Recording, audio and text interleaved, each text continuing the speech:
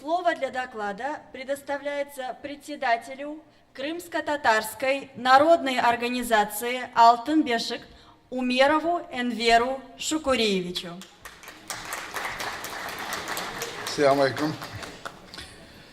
Я буду говорить о контроле нашего народа.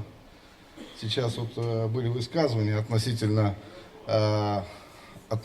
того, что значит, с одной стороны, как бы две проблемы сейчас возникли. С одной стороны, государство подписало некий базовый документ, указ от 21 апреля 2014 года.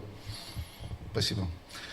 А с другой стороны, вот Мир Айдерович сказал о том, что действительно так сложилась ситуация. Мы знаем причины, почему так получилось. Сегодня наш народ не представлен в органах власти и управления. А 23 года практически у нас в составе Украины у нас не было возможности контролировать деятельность государства по обустройству возвращения крымских татар. Сегодня, значит, есть уже программа федеральная программа социально-экономического развития Крымского полуострова. По ней выделено порядка 800 миллиардов рублей. Это большие деньги, очень большие деньги. Вот. В отношении крымско-татарского народа, я знаю, утверждена программа порядка 10 миллиардов 800 миллионов рублей. Это тоже большие деньги. Но вот осуществить контроль за этими действиями государства по реализации этих средств, которые в том числе направлены и на, значит, разрешение наших проблем. Вот в этой связи, значит, конечно, большая роль будет, значит, зависеть от нас, будет, как мы себя поведем, как мы себя будем вести.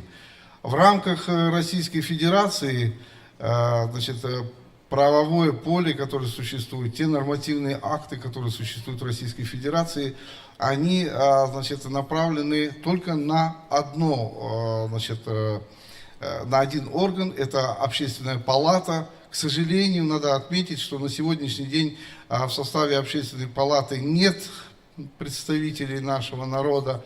Если они есть, то это люди, я не могу сказать о том, что они будут представлять интересы конкретно какой-то социальной группы, именно из числа нашего народа, и в какой-то социальной определенной сфере. Вот. На сегодняшний день действительно большая роль будет в действиях наших общественных организаций, которые, я думаю, что должны сейчас регистрироваться, должны, значит, укрепляться. Значит, к сожалению, опять-таки хочу сказать о том, что Министерство регионального развития Российской Федерации сегодня прекратило свою деятельность. Это был единственный орган, который курировал вопросы межнациональных, межэтнических и межконфессиональных отношений на территории Российской Федерации. И в связи с этим, вот смотрите, сколько очень и сколько очень много препятствий и проблем, которые как раз-таки, значит, будут мешать нам как-то контролировать региональные органы власти. На территории Крыма создан, значит, специально для разрешения проблем Крыма, в том числе и проблем крымских татар, Министерство по делам Крыма во главе, значит, с Савельевым Олегом Генриховичем. Значит, деятельность этого министерства, значит, предполагает, значит, порядка 560 человек чиновников. Я полагаю, что в состав этих чиновников должны войти и наши специалисты. Сейчас уже объявлен конкурс. Но вот надо не бояться, надо, значит, не стесняться, идти туда, значит, участвовать в конкурсе и входить, значит, в работу этого министерства, потому что это будет непосредственно работа, направленная на, значит, улучшение нашей жизни. И я хочу сказать о том, что поскольку наших представителей, я имею в виду представителей нашего народа сегодня в органах власти нет, большей частью действительно нет, лоббировать наши интересы практически никто не будет. К этому надо сразу сегодня согласиться с этим. Значит, последние 3-4 месяца, значит, деятельности общественных организаций, в том числе и нашей общественной организации, показывает, что на сегодняшний день вопросы, значит, законопроектов, которые должны быть приняты, значит, сейчас в очень таком, знаете, туманном состоянии. Значит, до сих пор еще не приступлено к разрешению вопроса, значит, о возвращении топонимии. Висит закон о языке, о функционировании государственных языков, о функционировании о применении, значит, изучении, обучении на государственном языке. Вот во всех этих сферах, значит, необходим, в общем, контроль, наш общественный контроль.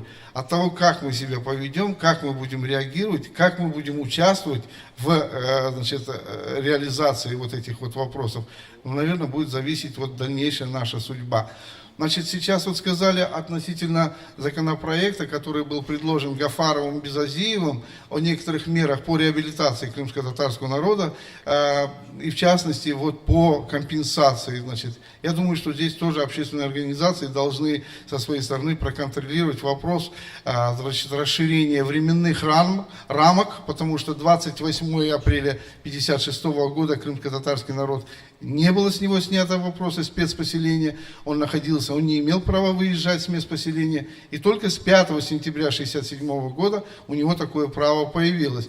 Поэтому вот я так полагаю, что все-таки вот люди, которые знают эти вопросы и которые работают над этим вопросом, должны, наверное, как-то вот побольше, каждый, ну, пусть один человек обращается, пусть обращается группа людей, пусть обращаются наша интеллигенция, юристы, специалисты, значит, журналисты. Значит, чем больше мы будем будировать этот вопрос, чем больше мы будем, значит, ставить этот вопрос, тем больше внимания будет со стороны органов власти и управления.